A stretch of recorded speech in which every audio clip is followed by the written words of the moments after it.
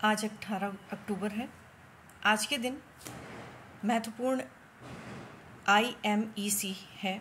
चूँकि इजिप्ट के foreign minister अभी इंडिया आए हुए हैं तो इस पे कल बात हुई है।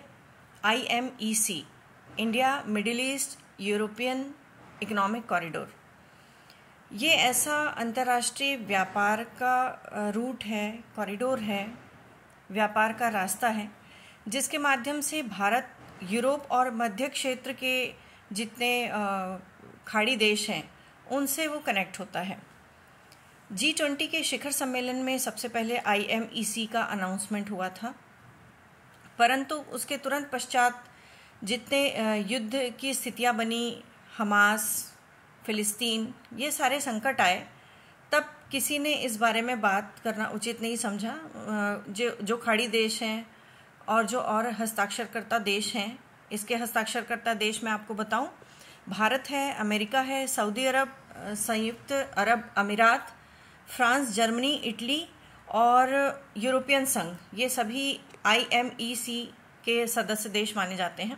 सभी का ये कहना है कि जब तक युद्ध और संघर्ष की स्थिति सामान्य नहीं हो जाती तब तक इस ट्रेड रूट पे कोई बात आगे नहीं बढ़ेगी।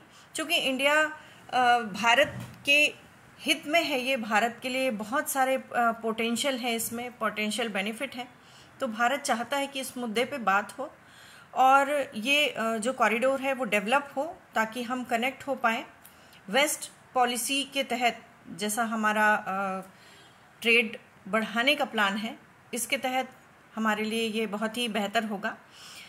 इसमें IMEC में भारत के लिए बात करें तो ये बहुआयामी कनेक्टिविटी भारत को इससे प्राप्त होने वाली है। जैसे कि उस समस्त मध्य क्षेत्र, खाड़ी देश और यूरोपियन क्षेत्रों में, चाहे वो ट्रेन रूट हो, चाहे वो समुद्री रास्ते हो, गैस की पाइपलाइन हो, या फिर हम कहें कि इंटरनेट कनेक्टिविटी अर्थात डिजिटल कनेक्टिविटी जो है वो उन क्षेत्रों में भी हमारे साथ बढ़ जाएगी। और एक महत्वपूर्ण जो लाभ है भारत को, स्वेज नहर के थ्रू अभी तक जो लॉजिस्टिक हम यूज़ करते हैं, लागत जो हमारी आती है, अगर IMEC डेवलप होता है तो हमारी लॉजिस्टिक लागत जो है वो स्वेज नहर की तुलना में 30% उसमें कमी आएगी लागत में। इसके साथ ही जो परिवहन लागत है उसमें हमें 40% का लाभ मिलने वाला है। तो इस तरीके से अंतर्राष्ट्रीय रूप से IMEC भारत के लिए बहुत ही महत्वपूर्ण है। अभी ये चर्चा में फिर से आया है, हम देखेंगे भविष्य में कि इस पर क्या बात होती है और रूट कैसे डेवलप किया जाता है।